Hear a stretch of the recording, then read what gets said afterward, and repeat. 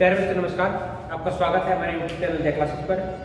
अब तक हम संविधान के भाग 5 के अंतर्गत राष्ट्रपति, उपराष्ट्रपति, प्रधानमंत्री और संसद का उच्च सदन और निम्न सदन की हम बात करते हैं।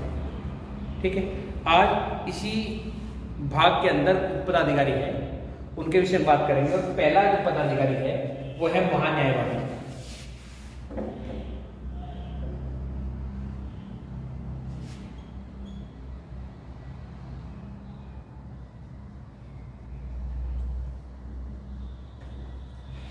भारत का महान्यायवादी, भारत के महान्यायवादी की नियुक्ति अनुच्छेद 76 के अनुसार की जाती है। नियुक्तिकर्ता कौन है भाई? वेरी गुड, राष्ट्रपति द्वारा।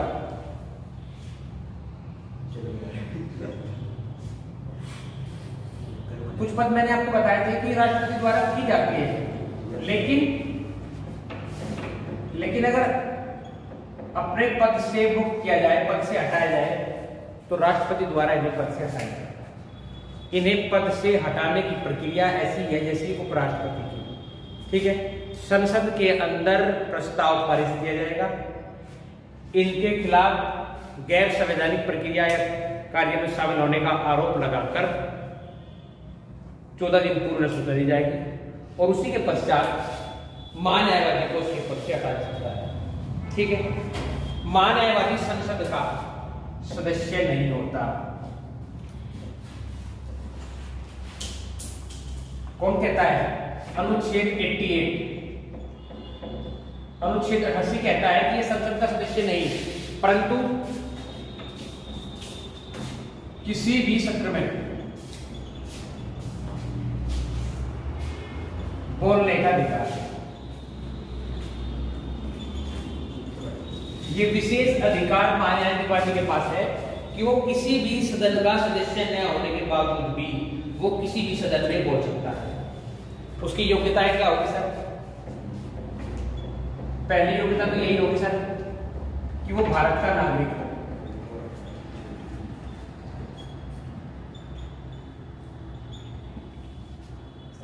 दूसरी योग्यता क्या होगी? उसका समय रहेगा 6 वर्ष अथवा 62 वर्ष 62 ईयर्स की आयु सीमा। माने ये या तो 6 वर्ष के समय कार्यकाल करेगा, यदि उसकी इस दौरान उसकी आयु 62 वर्ष हो जाती है तो उसे अपने पद को छोड़ना होगा। और क्या है?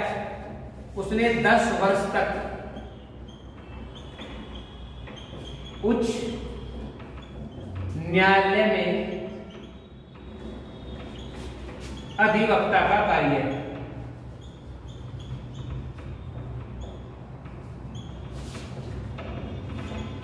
पद पर रहा, यह भी अनिवार्य है। और क्या होगा? 10 वर्ष तक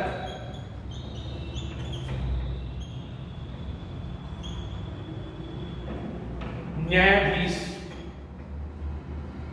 के पद पर रहा।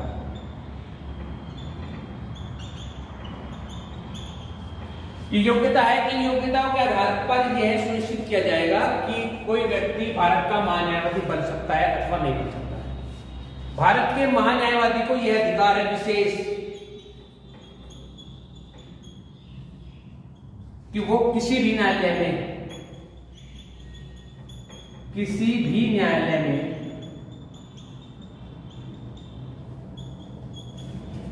किसी भी विषय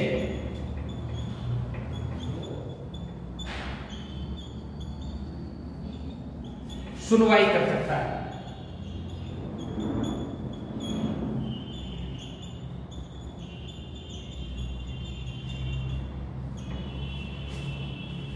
कार्य क्या है बच्चों? ये प्रथम विधि अधिकारी है। इसका कार्य होगा बच्चों, ये प्रथम विधि अधिकारी है। प्रथम विधि अधिकारी। आजो भाई कौन है? प्रथम विधि अधिकारी होता है। राम राम जी।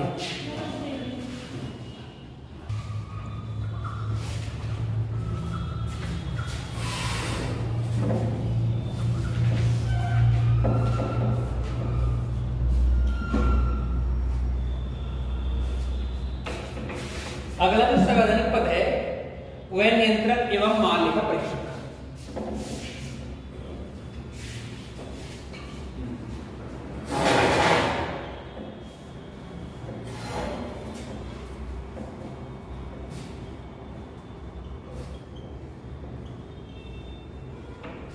कार्य क्या है? कार्य है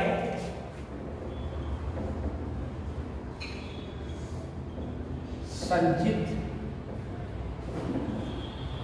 निधि संरक्षक। जो महालेखा परीक्षक है उसका कार्य है संचित निधि को या सार्वजनिक धन को संरक्षण प्रदान करना। यह अनुच्छेद 148 से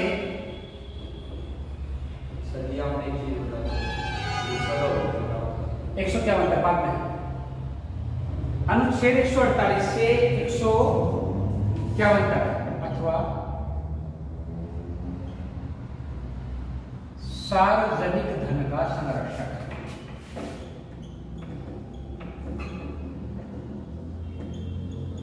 माने क्या है? महालेखा परीक्षा अधिकारी की अनुमति के बिना संचित निधि से किसी धन की निकासी नहीं होगी। पहले संसद से उसका अनुमोदन होगा, फिर संसद से अनुमति के पश्चात महालेखा अधिकारी से पास करेगा, उसके पश्चात ही संचित निधि से किसी धन का निष्कासन होगा। इसका जो कार्य, इसकी जो नियुक्ति है वो की जाती है राष्ट्रपति के द्वारा।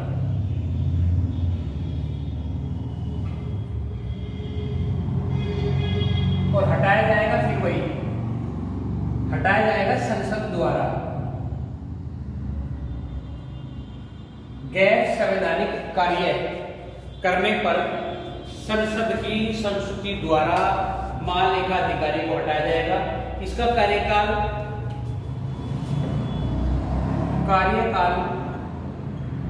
6 वर्ष अथवा 65 वर्ष की आयु।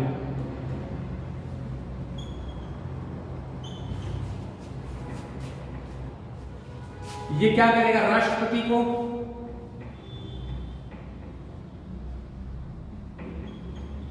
लेखा संप्रेषित करेगा, जिसे राष्ट्रपति संसद के पटल पर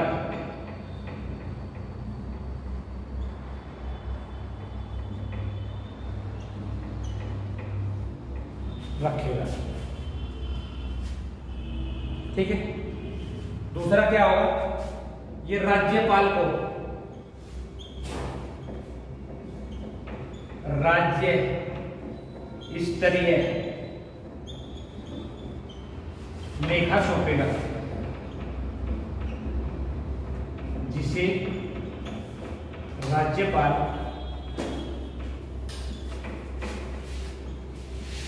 राज्य विधान परिषद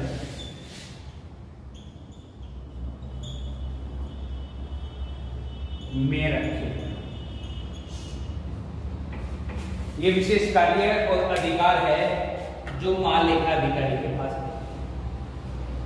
ठीक है। अगर बात करें संचित निधि, संचित निधि के अंदर आने वाले धन को अगर हम बात करते हैं कि संचित निधि क्या है,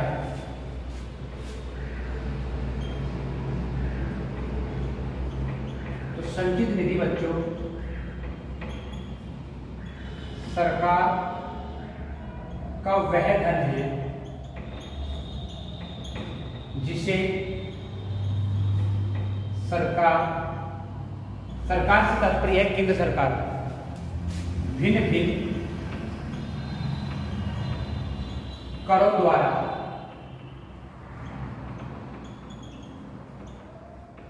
अर्जित करती है। यहां मैंने वर्ड यूज करा संचित निधि। तो संचित निधि सरकार का वो धन है जिसे सरकार income tax, road tax, sale tax, इस प्रकार के भिन्न भिन्न टैक्सों का प्रयोग करके इसे उगाती है। ये संविधान के अनुच्छेद 226(1) अनुच्छेद 226 इसका जो जिक्र होगा वो अनुच्छेद 226(1) में है। संचित निधि एक धन और ऐसा होता है जिसे बोलते हैं हम आकस्मिक निधि। ये संविधान के अनुच्छेद 267 में है, जिसे कहते हैं आकस्मिक निधि।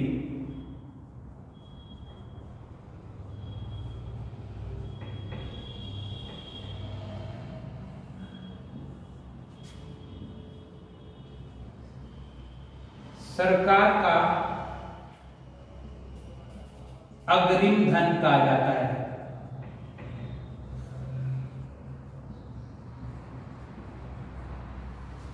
सरकार द्वारा विभिन्न योजनाओं में प्रयोग के लिए विशेष परिस्थिति में आकस्मिक निधि का प्रयोग किया जा सकता है। ठीक है, अगर सरकार को अचानक किसी धन की आवश्यकता पड़ेगी, विशेष आवश्यकता पड़ेगी, तो वह आकस्मिक निधि सरकार द्वारा अग्रिम प्रयोग किया जाता है। इसका प्रयोग महालेखाधिकारी की संस्तुति के आधार पर राष्ट्रपति की अनुमति के साथ साथ किया जा सकता है। ठीक है, तो आज के लेक्चर में हमने आपसे बात की है, महालेखाधिकारी के बारे में बात करी है, उसके साथ साथ न्यायवादी के बारे में बात करी है, संचित निधि के बारे में बात करी है, और उसके साथ साथ अग्रिम आकस्मिक निधि के बारे में बात करी है। आशा करता हूँ कि लेक्चर आपके लिए उपयोगी सिद्ध रहा होगा। यहाँ तक ये वीडियो आपको जानने की उसके लिए बहुत बहुत धन्यवाद। Thank you very much.